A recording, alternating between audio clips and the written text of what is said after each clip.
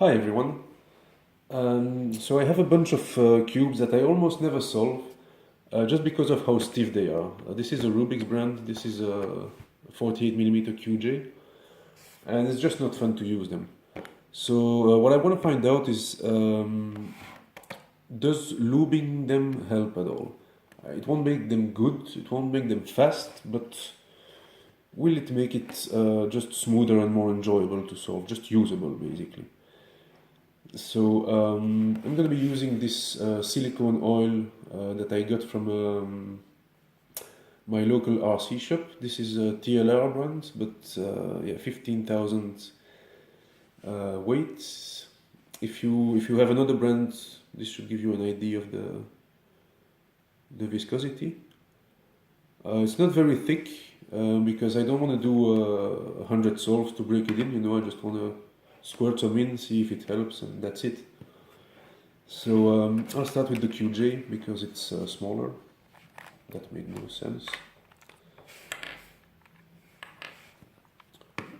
And I think I'll just apply some here and then put the pieces back in.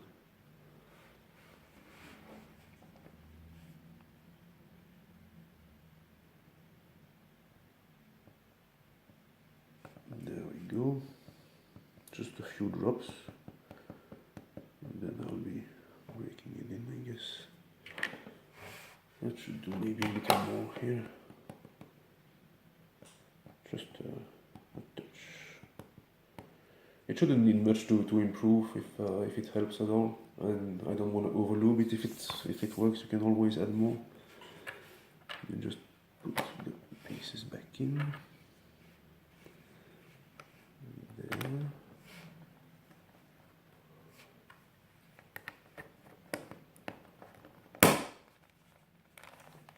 And just spread them around, spread the lube around, I mean, and just scramble this.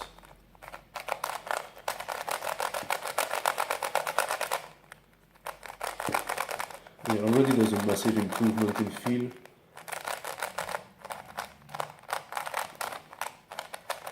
And speed actually. Yeah, this is getting quite fast, quite quickly. If you've never tried one out of the box, it's even though it's tensioned fairly loose, it's quite stiff. Oh yeah, this is a lot better. So this is nice because I want to use this particular cube to make a Lego cube.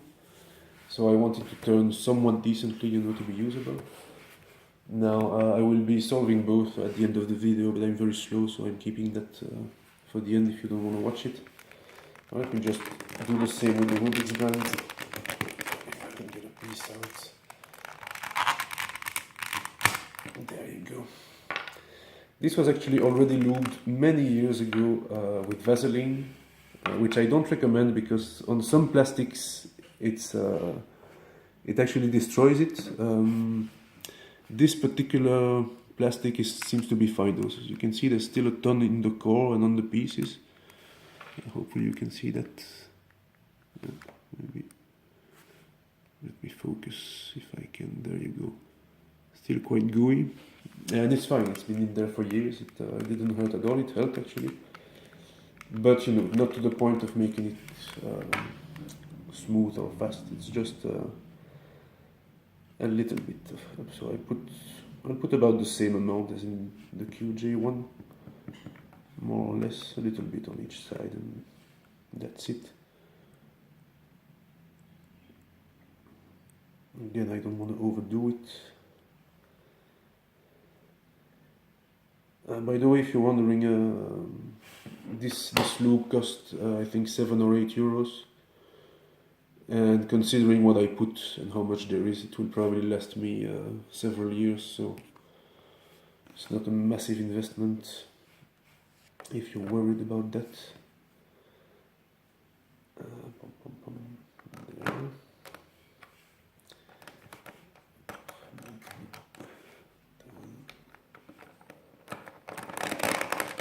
Bam! Alright. It feels much more sticky than in the other one at first. I don't know why. Maybe I put a little more, maybe it's a different plastic and that's why that feels different. Yeah, I can feel it improving slightly, but of course it's still a Rubik's brand, so it's always going to be horrible.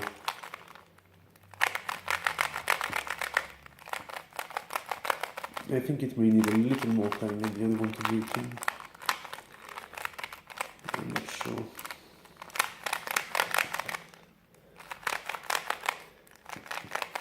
Yeah, it's not honestly the same level of improvement, although to be fair, this cube has been used a lot, so it's already quite broken in, and maybe there's less room for improvement, actually.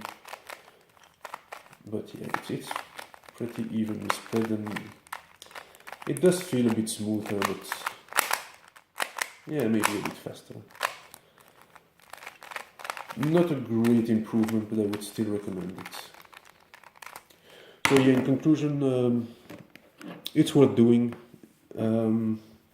Maybe even worth buying lube just for that, although it's also useful obviously in the good cubes. It helps a bit. It helps enough that it's worth doing actually, and you can find this in many shops. So why not try it? Now I'll just do a quick solve a slow solve of both these cubes. But that's it for this video. If you don't want to stick around to watch this, feel free to check out the rest of the channel, though I will be uploading content regularly. This, by the way, is a Japanese color scheme, which is why I'm so hopelessly confused. Of course, I'm also quite slow to begin with, but it's very strange. I really recommend it actually if you have a spare cube.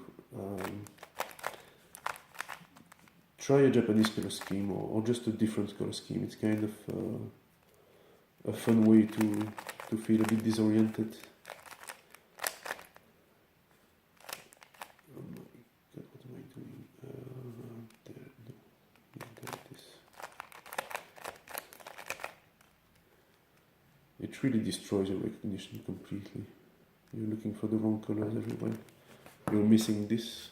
I was looking for that. It was right here. I mean, I'm not a great solver to begin with, but yeah.